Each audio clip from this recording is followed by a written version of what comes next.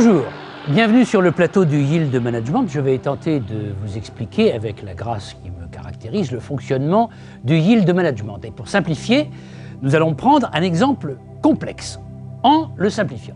Nous allons prendre le cas d'une chaîne hôtelière.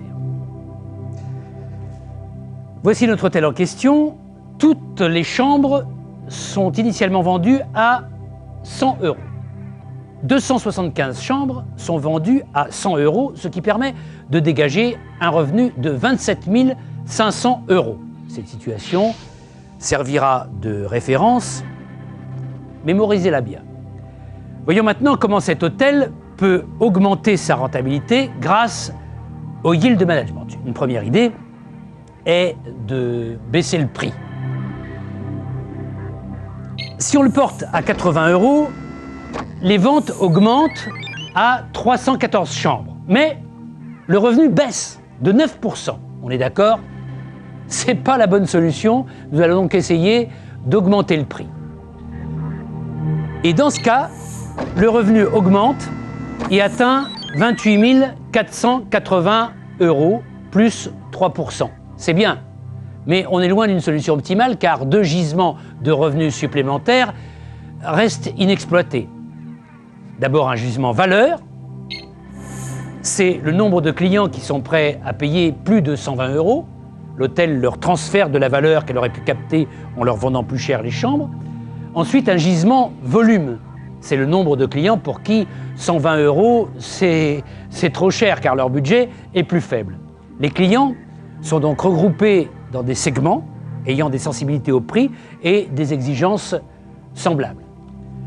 Par exemple, on distinguera les clients affaires qui sont prêts à payer plus cher pour réserver leur chambre à la dernière minute et les clients loisirs très sensibles au prix mais qui peuvent réserver longtemps à l'avance. Le yield management permet donc de construire plusieurs offres tarifaires différentes pour le même produit. Prenons le cas simplifié de 2 offres pour nos 2 segments, l'un à 80 € et l'autre à 120 €. 100 chambres sont vendues à 120 € et 214 chambres sont vendues à 80 €. Le revenu augmente cette fois-ci de 6% par rapport à notre revenu de référence. Mais il y a encore un problème, le prix le plus faible cannibalise une partie des ventes qui était possible au prix le plus fort.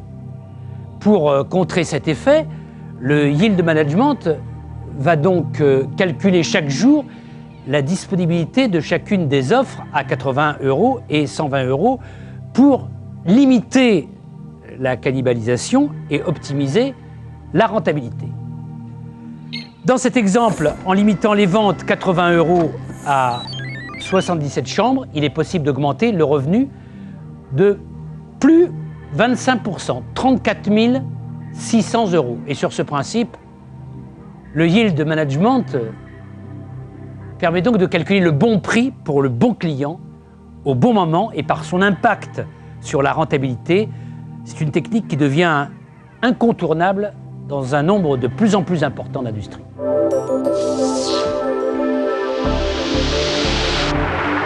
Oui, puis là on a simplifié parce qu'en réalité il y a plusieurs dizaines de prix différents et de nombreuses durées de séjour possibles avec tous avec un nombre de chambres et ajusté jour par jour. Mais bon là j'avais pas la place, tu comprends.